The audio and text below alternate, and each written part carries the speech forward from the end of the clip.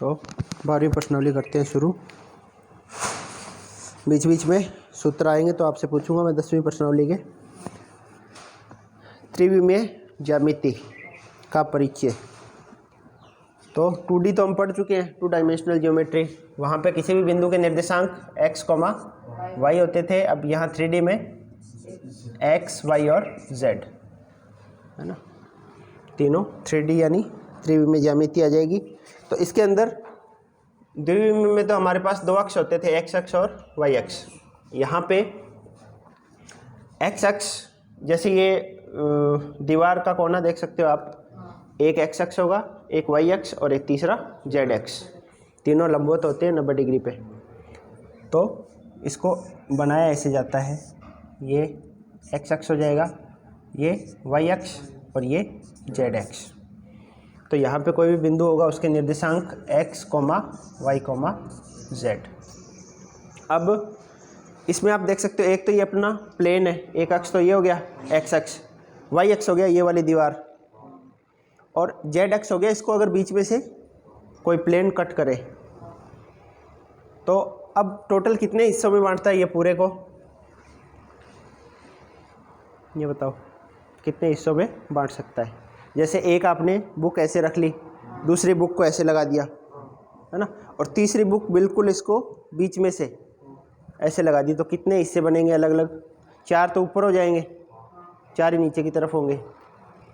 कुल कितने हो जाएंगे? 8 हिस्से, 8 भाग बनेंगे। उसको बोलते हैं अष्टांक।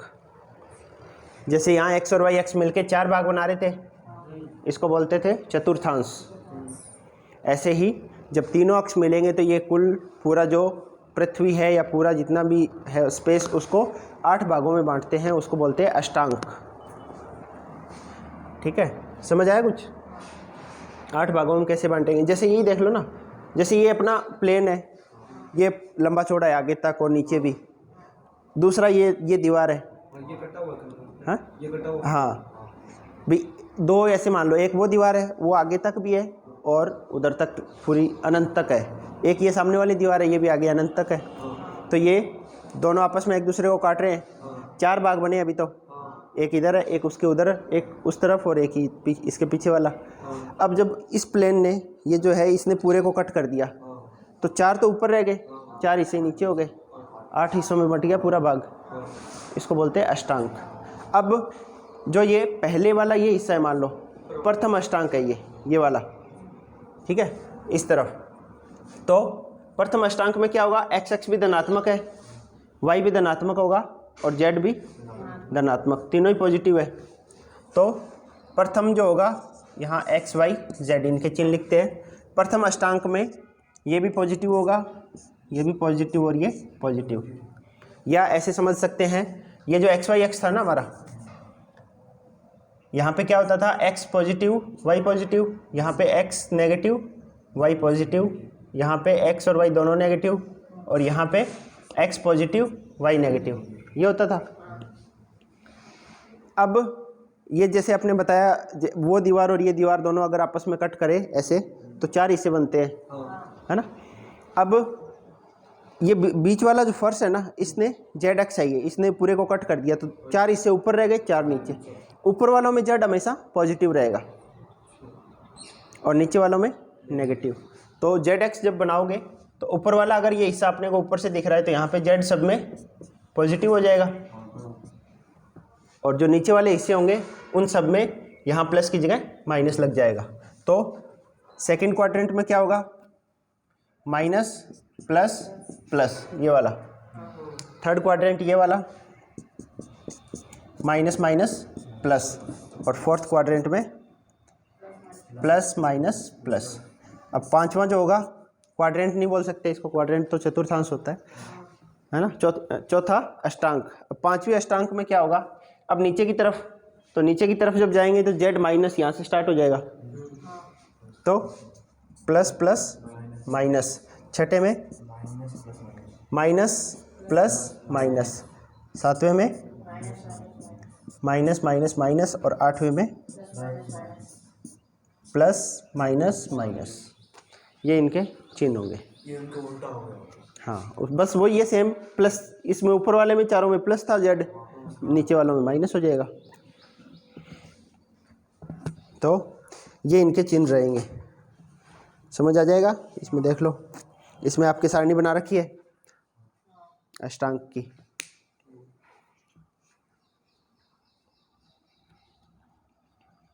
है ना, तो वही है, पहले अपने जो होते हैं जेड एक्स को भूल जाओ, तो एक बार तो सबके साथ अगर प्लस लगा दोगे तो पहला दूसरा तीसरा चौथा अष्टांक हो गया, और माइनस लगा दोगे तो 5, ये पहला था, दूसरा तीसरा चौथा, वापिस ये 5वां 6वां 7वां 8वां। ठीक है, ये इनके चिन्ह होंगे।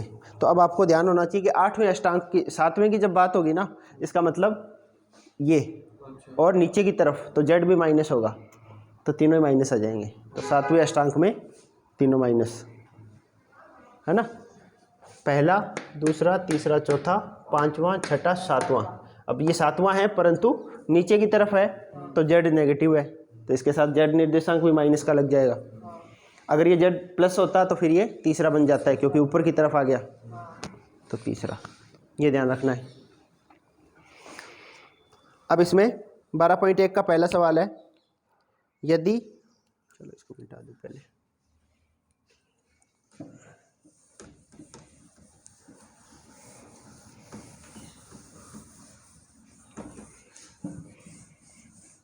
अब एक तो क्वेश्चन इसमें यही आएगा, निर्देशांक तल अंतरिक्ष को कितने अष्टांक में विभाजित करता है। तो कितने अष्टांकों में विभाजित करेगा ये, 8 में। चौथे का तीसरा क्वेश्चन यही है, कितने भागों में विभाजित करता है।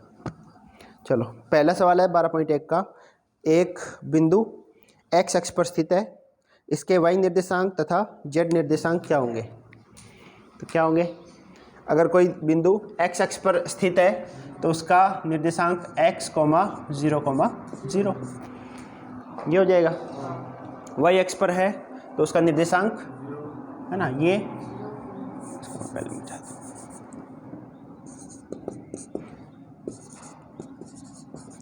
तो x अक्ष पर स्थित बिंदु के निर्देशांक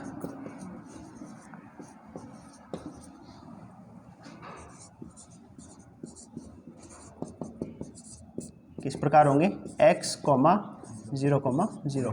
जैसे 2D में देखते थे हम, अगर कोई बिंदु x अक्ष पर है तो उसके निर्देशांक कैसे लिखते थे, x, 0। ऐसे ही 3D में है तो z निर्देशांक वो भी 0 हो जाएगा। ऐसे ही अगर कोई बिंदु y अक्ष पर है तो उसके निर्देशांक y अक्ष के लिए 0, y 0। ऐसे ही z अक्ष पर अगर हुआ तो जेड एक्स के लिए हो जाएगा 0, 0, जेड निर्देशांक। दूसरा है, एक बिंदु एक्स जेड तल में है, इसके वाई निर्देशांक के बारे में आप क्या कह सकते हो। एक्स जेड तल में है तो उसका वाई निर्देशांक भी 0 होगा। जैसे ऊपर ये आकृति बना रखी है, इसमें देख सकते हो ये 12.3 आकृति, इसमें ओ एक्स, ओ वाई और ओ जेड, है ना, ये एक्स दे रखे हैं आपको। तो अब यदि कोई ये बोल रहा है एक्स जेड तल में है, एक्स जेड तल में होने का मतलब कौन से फलक या कौन सी साइड में होगा, ओ ए एफ सी, ये इधर वाली जो साइड है ना उस पे होगा कोई बिंदु, है ना। तो उसका वाई निर्देशांक तो हमेशा क्या रहेगा, 0। तो उसका अगर एक्स जेड तल में कोई भी बिंदु है तो उसका वाई निर्देशांक हमेशा 0 रहेगा। इसके बाद में तीसरा, उन अष्टांकों के नाम बताइए जिसमें निम्नलिखित बिंदु स्थित है। जैसे पहला है 1, 2, 3, कौन से अष्टांक में होगा ये, तीनों पॉजिटिव है प्रथम अष्टांक में।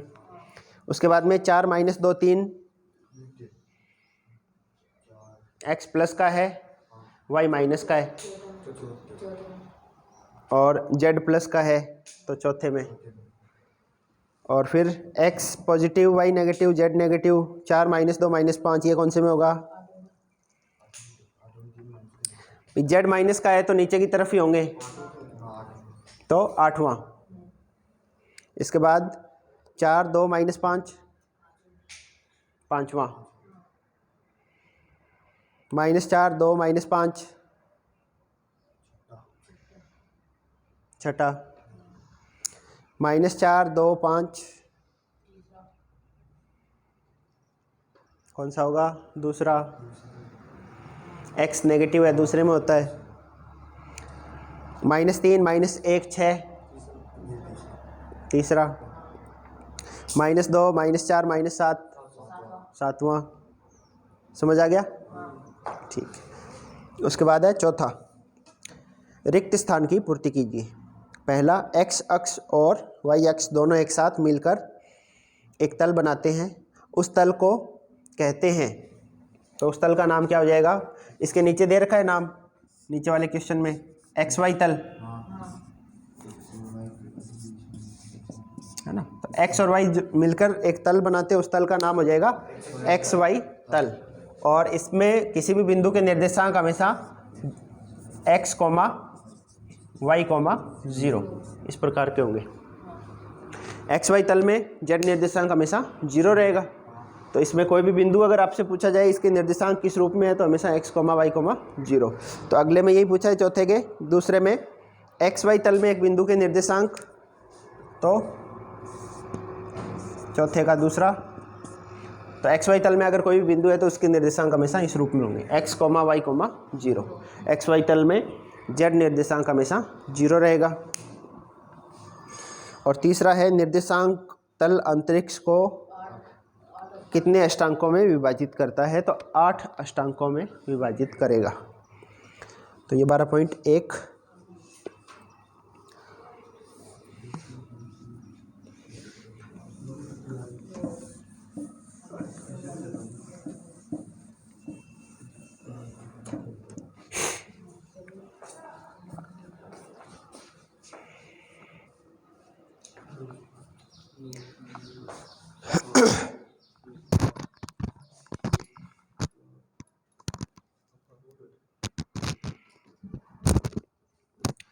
इसके बाद में है दो बिंदुओं के बीच की दूरी। ये सूत्र आप सारे जानते हो, है ना। तो यदि दो बिंदु दे रखे हैं आपको A और B, बिंदु A के निर्देशांक x1, y1, z1 और B के निर्देशांक x2, y2, z2, तो AB की दूरी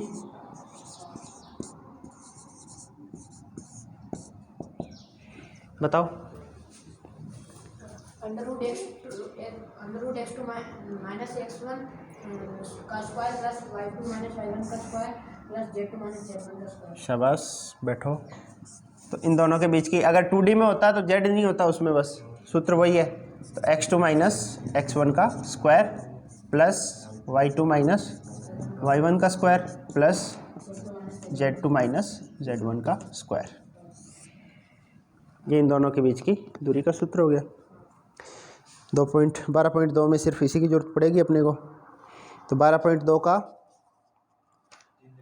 पहला सवाल, निम्नलिखित बिंदु युग्मों के बीच की दूरी ज्ञात कीजिए। कौन सा करवाऊँ? एक करवा देते हैं, सारे आते हैं? करवाना तो पड़ेगा, वीडियो बन रहा है। कौन सा करवाएं बताओ? थर्ड क्वेश्चन, फर्स्ट का थर्ड 12.2। बिंदु दे रखा है -1 3 4 -4। कौन से योगा अष्टांक में होगा बताओ?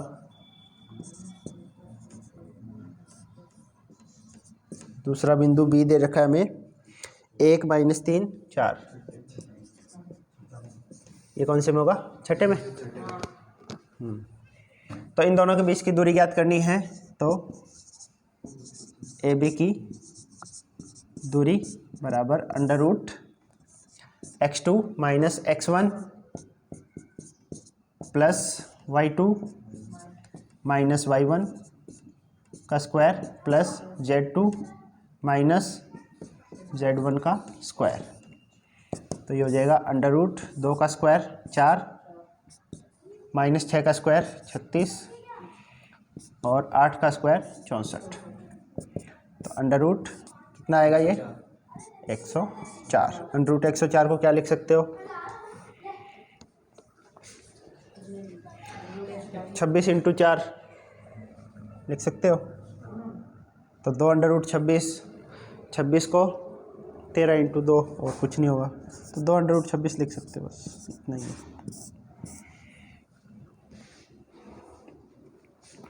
तो ये इन दोनों के बीच की दूरी हो गई। अब है दूसरा, दर्शाइए कि तीनों बिंदु संरेख है। तो संरेख के लिए क्या करना पड़ेगा, इनकी आपस में दूरियां ज्ञात करते हैं।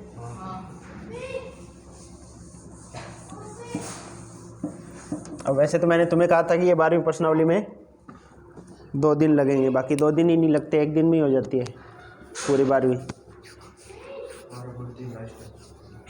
अब 12.3 में भी वही सवाल है जो तुमने कर रखे हैं। किसी रेखा को कोई बिंदु 3:4 में विभाजित करता है तो उसके निर्देशांक ज्ञात करो।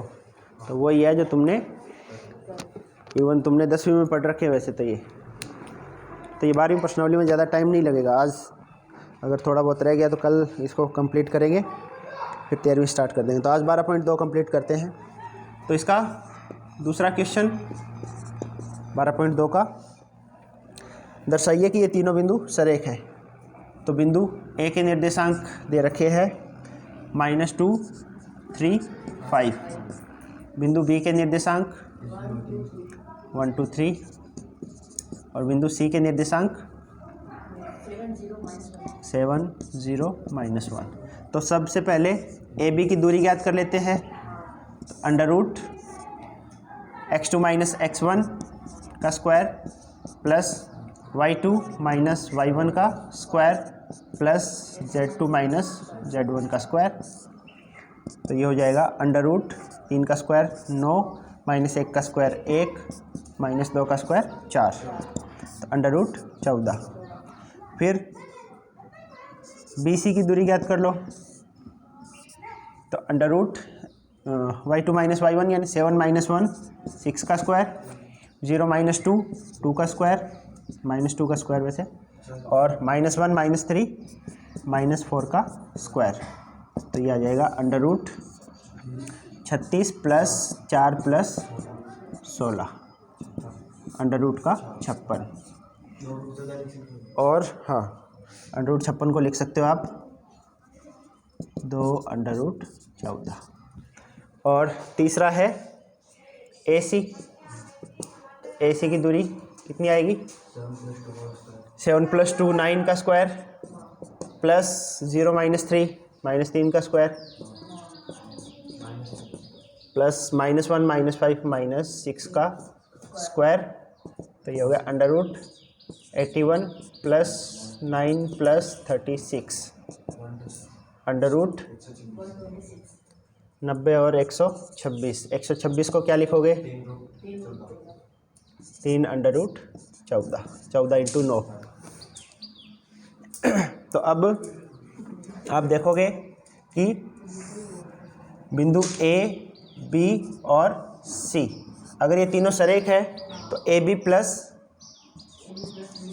BC बराबर AC आना चाहिए। तो यहाँ पे आप जब रखोगे इनके मान तो under root 14 plus 2 under root 14 बराबर है 3 अंडर रूट 14। संतुष्ट हो रहा है। इसका मतलब AC जो है वो AB प्लस BC में लिख सकते हैं इसको, और इसका मतलब ये रेखाएं संरेख है। ये तीनों बिंदु संरेख है।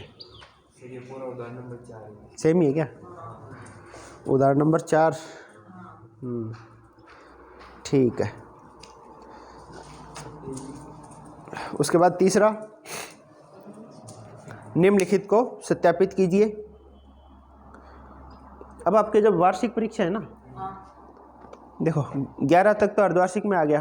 अब बाकी तुम्हारी कितनी बची प्रश्नावली? 12, 14, 15, 16, 16 तक है। 16 के लिए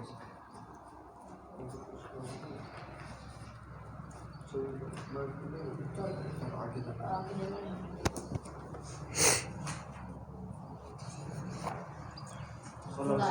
है ना। तो 5 प्रश्नावली बची है अभी आपकी, जो अर्धवार्षिक में नहीं आई थी। अब आपका 70% जो है सिलेबस वो इनमें से आएगा वार्षिक में, और 30% आएगा 1 से लेके जो 11 तक आई है परीक्षा में आपके, उसको वहाँ से वार्षिक परीक्षा में।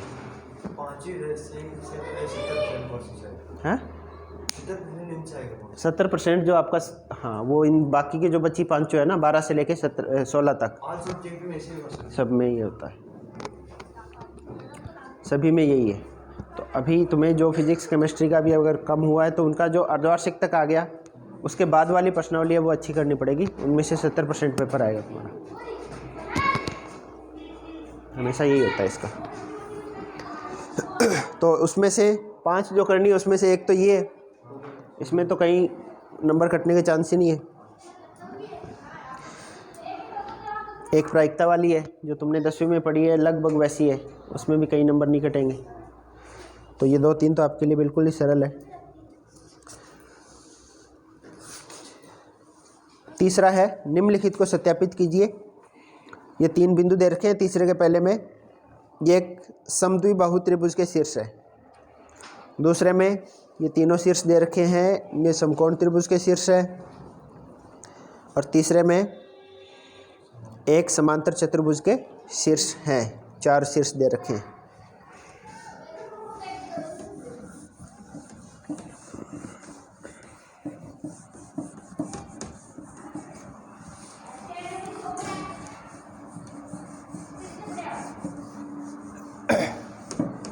तो अर्षित कल स्कूल में पढ़ाई हुई कि नहीं हुई तुम्हारी?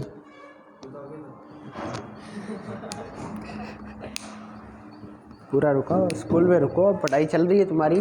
केमिस्ट्री की क्लास हुई थी, पढ़ाई थी कान्हा राम जी ने। अब तुम्हारी रेगुलर होगी, फिजिक्स की रेगुलर होगी। अब तुम्हारी फिजिक्स केमिस्ट्री 11th और 12th अगले 1.5 महीने तक रेगुलर क्लासेस चलेगी। एक भी क्लास छोड़ोगे तो नुकसान में रहोगे। और जितना तुम्हारा लास्ट की जो 5 चैप्टर जितने भी बचे हैं ना, वो आपको कंप्लीट करवाए जाएंगे वहाँ। हाँ, अभी अर्धवार्षिक के बाद वाला जो है वो स्टार्ट करेंगे, ताकि पहले वो हो जाए। 70% पेपर उसमें से आएगा। शुरू वाले तो बाद में अगर टाइम बचा तो करवा दिए जाएंगे, नहीं तो तुमने इधर उधर से कर रखा है। अब मेन है उसके बाद वाला।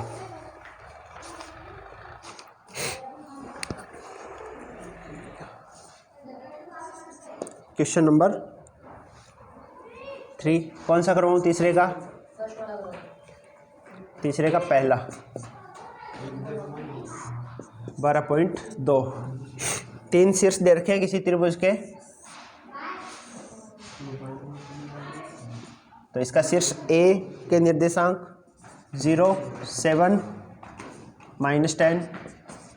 दूसरा बिंदु B, इसके निर्देशांक 1, 6, -6, और बिंदु C के निर्देशांक 4, 9, -6। और ये सिद्ध करना है कि ये समद्विबाहु त्रिभुज। समद्विबाहु त्रिभुज क्या होता है पहले तो ये बताओ। जिसकी 2 भुजाएं समान हो, तीनों समान हो गई तो समबाहु त्रिभुज। तो पहले ए बी की दूरी निकाल लेते हैं। ए बी भुजा की दूरी कितनी आएगी? तो अंडररूट x2 - x1 का स्क्वायर, तो 1 का स्क्वायर डायरेक्ट लिख देता हूँ मैं 1। दूसरा y2 - y1, तो 6 - 7 -1 का स्क्वायर 1, और -6 + 10, तो बच गया 4। 4 का स्क्वायर हो जाएगा 16। तो अंडररूट 18 यानी 3√2। अब BC भुजा की लंबाई, तो अंडररूट 2 बिंदुओं के बीच की दूरी का सूत्र 4 - 1 3 का स्क्वायर 9, 9 - 6 3 का स्क्वायर 9, -6 + 6 0। तो अंडररूट 18 मतलब अंडर रूट 18 बराबर हो गया 3 अंडर रूट 2। अब ये तीनों बराबर आ गई। अब ए सी भी इनके बराबर आ गई तो समबाहु त्रिभुज हो जाएगा। ये बोल रहा है समद्विबाहु त्रिभुज सिद्ध करना है, इसका मतलब ए सी इसके बराबर नहीं आनी चाहिए। ए सी भुजा की लंबाई निकाल लेते हैं। तो 4 - 0 4 का स्क्वायर 16, 9 - 7 2, 2 का स्क्वायर 4 और -6 + 10 4, 4 का स्क्वायर 16, तो अंडर रूट 36 यानी 6 ये अलग आ गई। तो ये 3 अंडर रूट 2 है और ये वाली भी 3 अंडर रूट 2, तो ये दोनों भुजाएं आपस में बराबर है। ये अलग है, इसकी लंबाई 6 है। तो ये किस प्रकार का त्रिभुज है? जिसकी दो भुजाएं बराबर है, इसीलिए ये समद्विबाहु त्रिभुज है। ठीक है।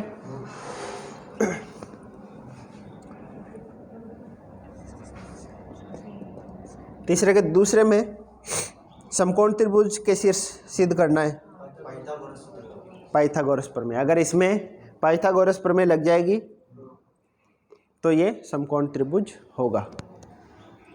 पाइथागोरस प्रमेय कैसे लगेगी? किसी एक भुजा का स्क्वायर बाकी दो भुजाओं के स्क्वायर के योग के बराबर होना चाहिए। करवाऊं? कर लोगे? ठीक है। इसका तीसरा करवा देता हूं मैं। तीसरे में हाँ हो सकता है। क्या होगा? विकर्ण में क्या करना है? विकर्ण बराबर हो जाएंगे। विकर्ण की लंबाई समांतर चतुर्भुज के लिए क्या कंडीशन है? इसके विकर्ण जो है वो मध्य बिंदु पे काटते हैं। दे रखा है क्या पीछे? क्या पढ़ रहे हो? विकर्ण इसके मध्य बिंदु पे कट करते हैं तो समांतर चतुर्भुज होता है। तो देख लो, करवा ही देता हूँ मैं।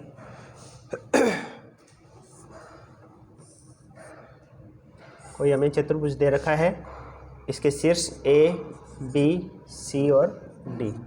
शीर्ष A के निर्देशांक -1 2 1, B के निर्देशांक, इसको थोड़ा सा बड़ा करना पड़ेगा एक बार।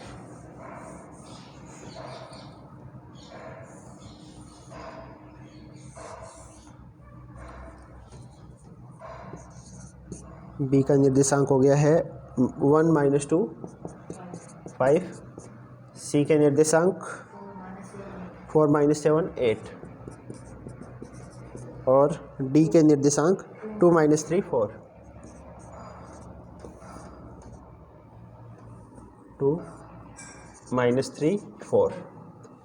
तो अब अगर ये समांतर चतुर्भुज है तो इसके जो ये विकर्ण हैं AC और BD, ये मध्य बिंदु पे कट करेंगे।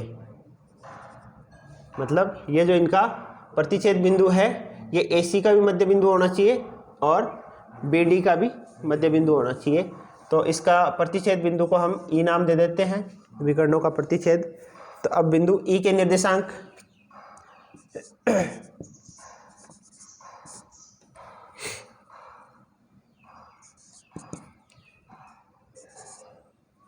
बिंदु E विकर्ण AC का मध्य बिंदु होगा।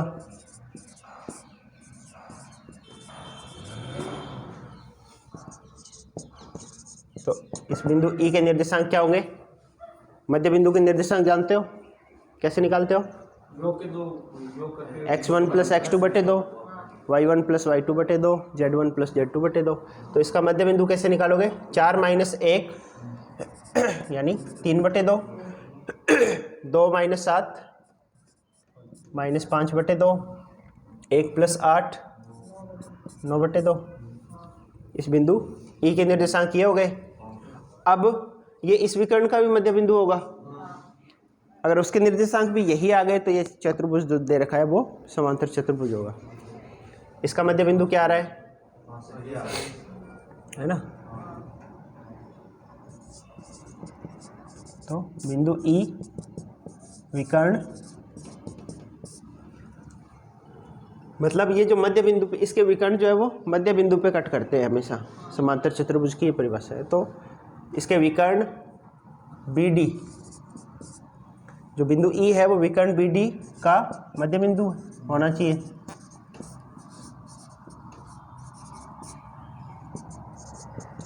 तो इसके निर्देशांक जब BD का मध्य बिंदु निकालोगे तो ये आएगा 3/2, -2 -3 -5/2 और 4 + 5 9/2।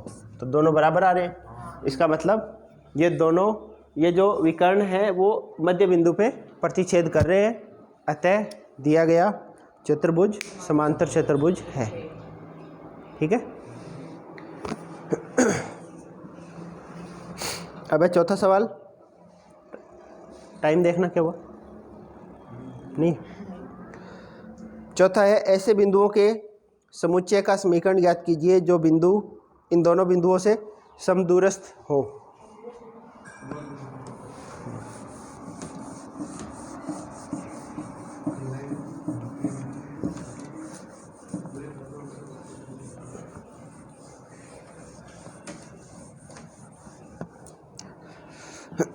तो समदूरस्थ का मतलब हो गया इन दोनों से समान दूरी पे हो। तो ऐसे बिंदुओं के समुच्चय का समीकरण ज्ञात कीजिए जो इन दोनों बिंदुओं से समान दूरी पे हो। Question number 4। दो बिंदु दे रखे हमें, बिंदु A जिसके निर्देशांक 1 2 3 और बिंदु B जिसके निर्देशांक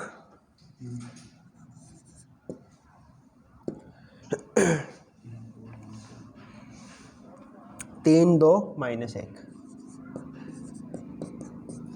अब इन दोनों बिंदुओं से समान दूरी पर स्थित बिंदुओं का बिंदुपथ। तो हम कोई एक बिंदु ले लेते हैं P जिसके निर्देशांक x y z है। माना ये बिंदु P इन दोनों से समान दूरी पे है। तो माना बिंदु P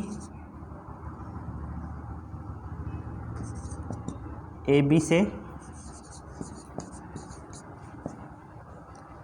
गौरव जी क्या टाइम हो गया? टाइम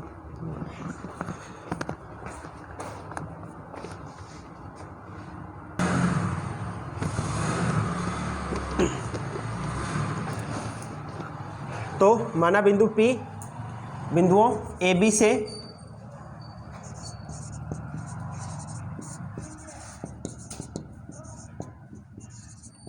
समान दूरी पे या समदूरस्थ है, जो इसने लिखा है समदूरस्थ है।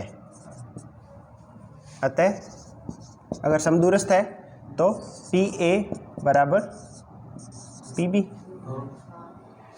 तो हमें ऐसे बिंदुओं का बिंदुपथ ज्ञात करना है जो इन दोनों से बराबर दूरी पे हो।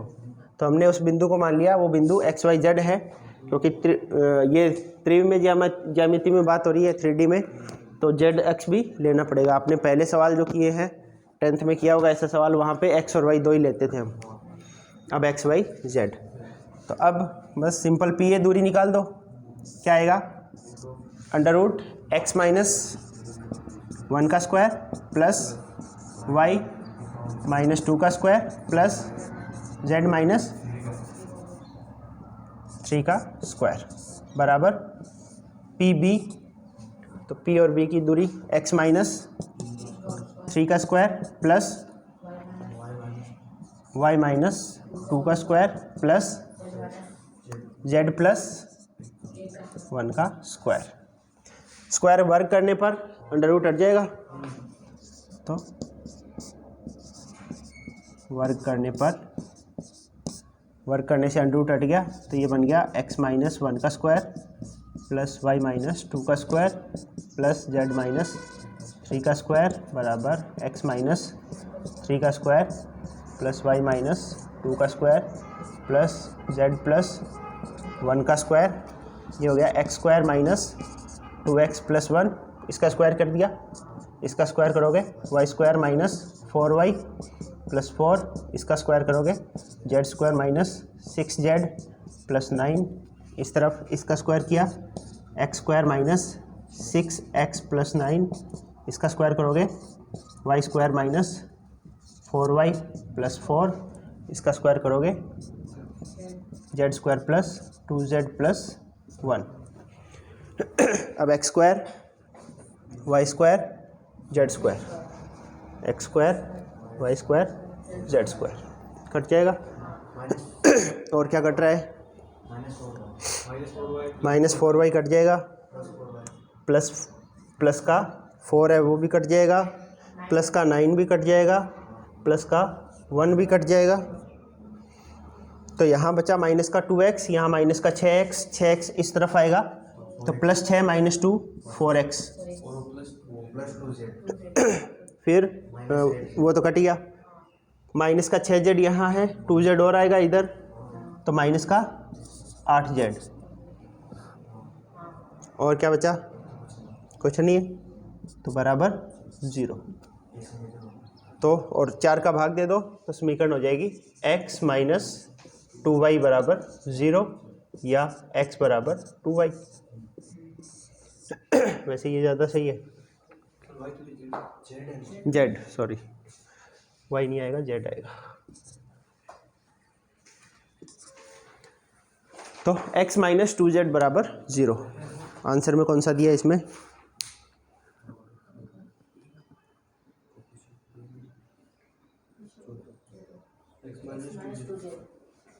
बराबर 0। तो ये वाला ज़्यादा सही है, x माइनस 2z बराबर 0। समझ आ गया? बिंदुओं का बिंदु पथ पूछा है, मतलब आपसे अब बिंदु नहीं पूछा, x y में पूछा है। भी आप x और y की जगह मान अलग अलग रखते जाओ। आपको x और y क्या एक मान, जैसे आपसे अब बिंदु पूछा है कि कौन कौन से बिंदु हो सकते हैं, तो इसमें आप x की जगह 1 रखोगे तो z का मान कितना आ जाएगा? y तो आई नहीं, तो y तो कुछ भी ले लो, चाहे 0 1 2 कुछ भी लो, कोई फ़र्क नहीं पड़ेगा। z निर्देशांक आप यहाँ से कितना आएगा? x बराबर 1 लोगे तो z का मान 1/2। तो एक तो ये बिंदु है, इसकी दोनों से दूरी निकाल के देख लो, हमेशा बराबर रहेगी।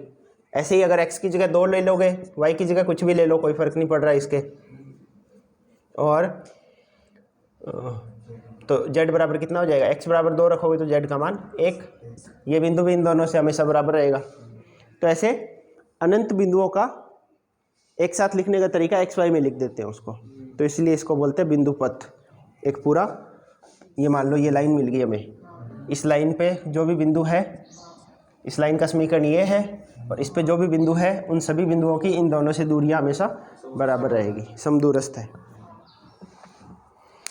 अब है 5वां और लास्ट, बिंदुओं P से बने समुच्चय का समीकरण ज्ञात कीजिए जिनकी इन दोनों बिंदुओं से दूरियों का योगफल 10 है।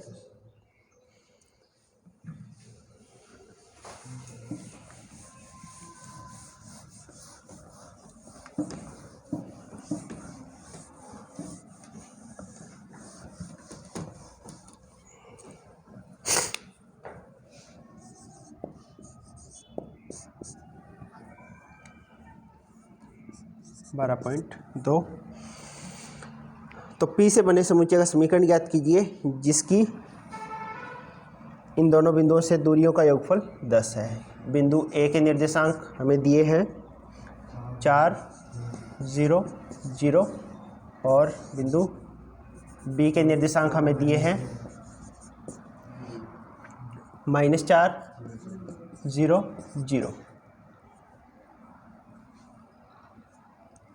अब बिंदु P वही है पिछले सवाल की तरह, हम बिंदु P यहाँ पे ले लेते हैं। बिंदु P, इसके निर्देशांक x y z।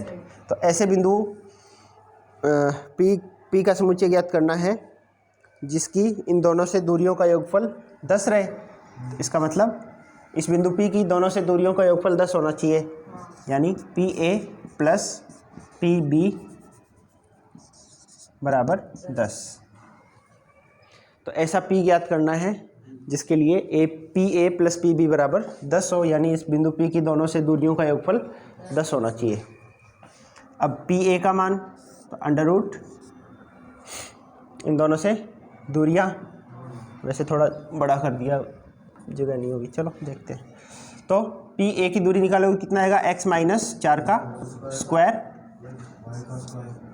Plus y minus 0 का स्क्वायर प्लस z माइनस 0 का स्क्वायर।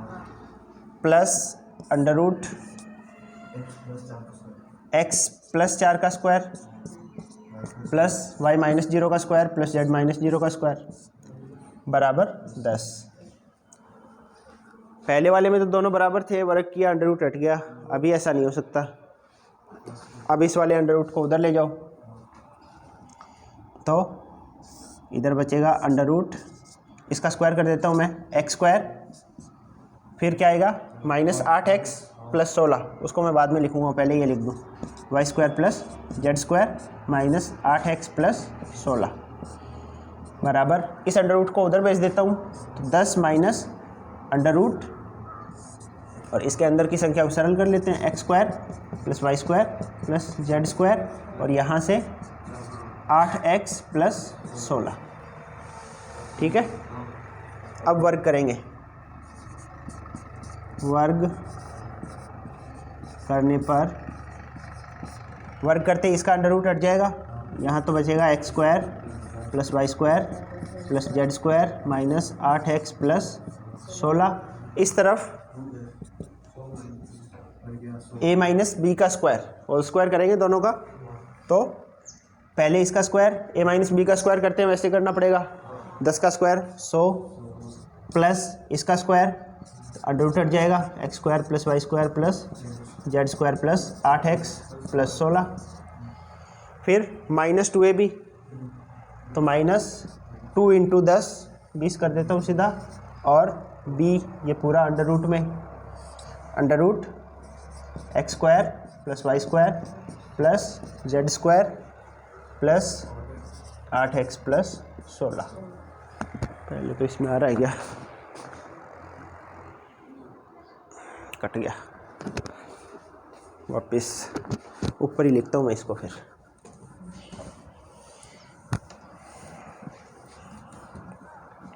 तो वर्ग करने पर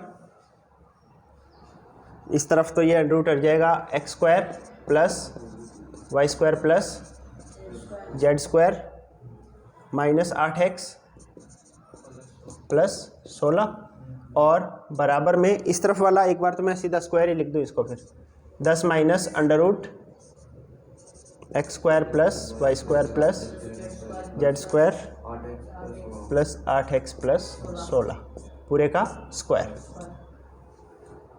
अब फिर a माइनस बी का स्क्वायर का सूत्र लगाओगे तो ये हो जाएगा 100 a square plus b square, इसका अंडर रूट हट जाएगा, x square plus y square plus z square plus 8x plus 16 minus 2ab, तो minus 2 into a into b में अंडर रूट पूरा आ जाएगा, x square plus y square plus z square plus 8x plus 16। तो x square y square z square, इधर ये था ही x square plus y square plus z square minus 8x plus 16। अब ये x square y square z square और 16 ये आपस में कट जाएंगे। ठीक है, ये 8x उधर चला जाएगा, प्लस का 8x था प्लस 8, तो इधर तो हो गया 16x, और प्लस 100, ये 100 भी पड़ा है, इस वाले को इधर ले आते हैं तो हो जाएगा 20 under root x square plus y square plus z square plus 8x plus 16, minus का था इधर आया तो प्लस का हो गया। ठीक है, अब 2 से काट भी सकते थे, पहले तो 2 से काटोगे तो ये 8x प्लस 50, और 4 से काट सकते हैं तो 4 से काट देते हैं, पहले 4 से काटोगे तो